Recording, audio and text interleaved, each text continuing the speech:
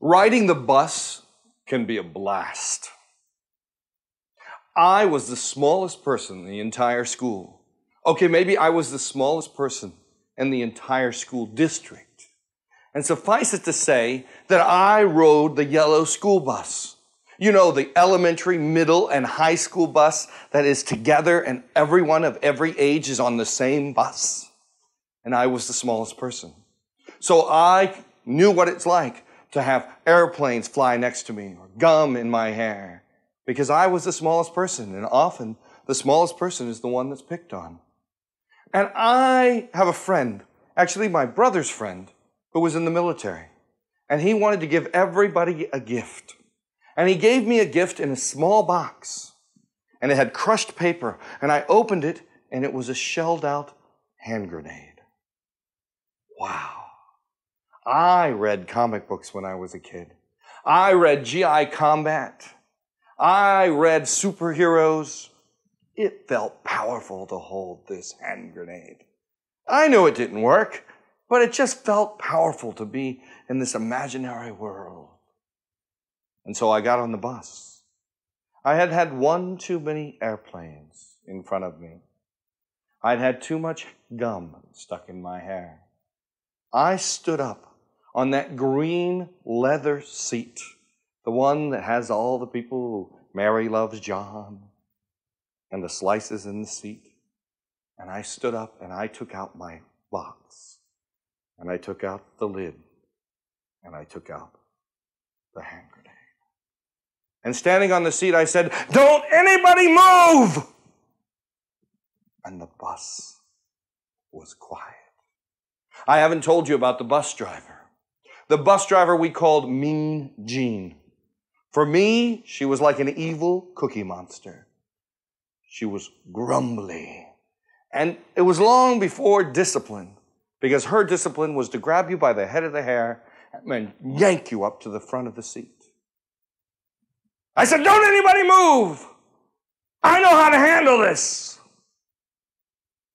And everybody was quiet. It was perhaps the first time that everyone was quiet. I thought, "Oh!" And I pulled out the pin. And everybody gasped, and I took that hand grenade and I rolled it up to the front seat. And the evil cookie monster screamed in a voice that I could never repeat. And that's when I looked around and I looked at everybody on the bus and I saw that they were scared. I saw that they were scared of the smallest kid in the district. And that's when I realized something was wrong. And I looked and I said, I'm sorry. I didn't know. I was just pretending. I didn't know. And I got yanked to the front seat. And it was a half hour before the bus got to the school. And during that entire time, I said to Mean Jean, "I'm sorry. I didn't know for the entire time." And when we got to the school, everybody got off the bus. And when I went to leave, I said, "Kevin, stay here. I need to talk to you." I knew I was in trouble.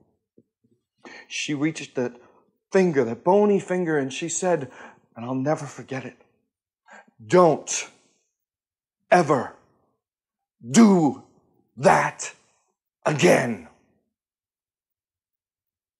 And I walked off the bus.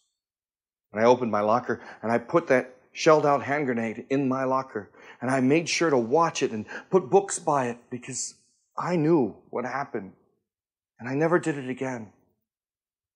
And you know, I haven't thought about that time for a long time. When I was teaching high school and Columbine happened. The next day in our mailbox, we got a letter that said, "These are the students that we think could be troublemakers. Please circle if you agree."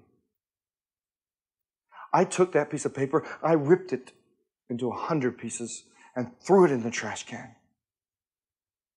For you see, I remembered about a small boy who made the mistake of bringing a shelled out hand grenade and being told, never do that again.